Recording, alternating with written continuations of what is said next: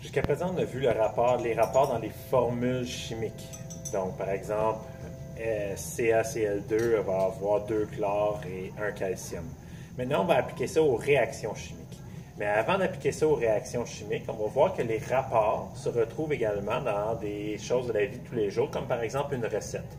Donc, le même rapport qu'on faisait en chimie, avec la multiplication croisée, on va l'utiliser aussi lorsqu'on veut varier la grosseur d'une recette, mais pour que ça goûte la même chose.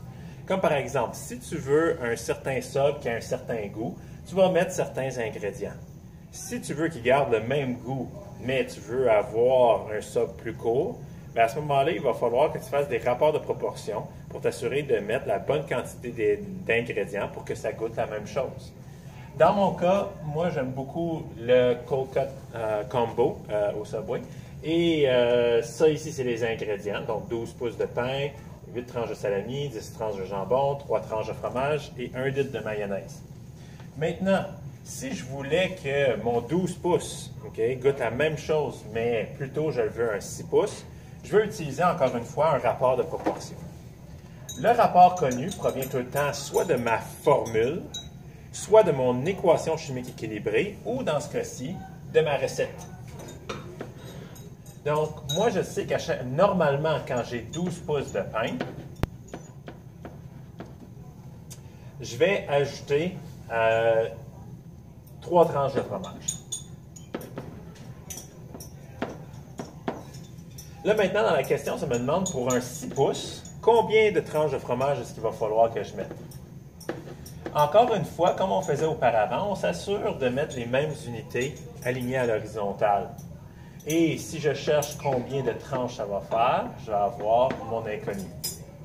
Ensuite, parce que c'est un rapport, je vais utiliser la règle de 3, une multiplication croisée. Donc, je multiplie ceux qui sont en diagonale, je divise ceux qui sont un au-dessus de l'autre.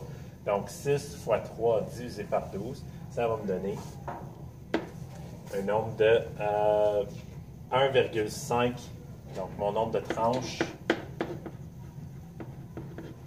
ça va être 1,5 tranches de fromage.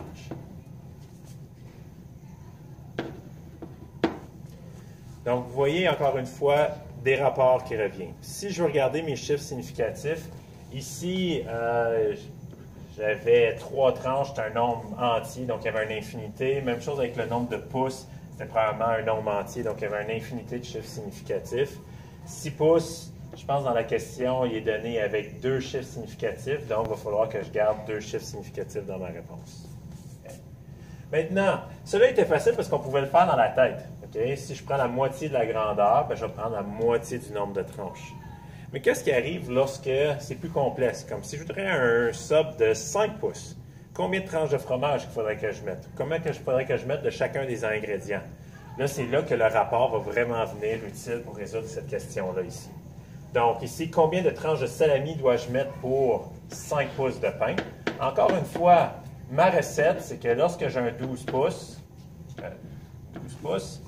ici, le nombre de salami, c'est 8 tranches.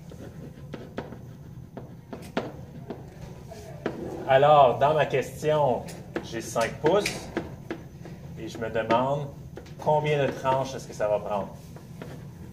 Encore une fois, multiplication croisée pour obtenir la réponse. Et c'est comme ça que je vais obtenir que mon nombre de tranches de salami qu'il faudrait que j'aille pour que ça goûte la même chose dans un sub de 5 pouces serait de 3,3 tranches. Encore une fois, j'ai gardé 2 chiffres significatifs à cause de la variable dans mon problème.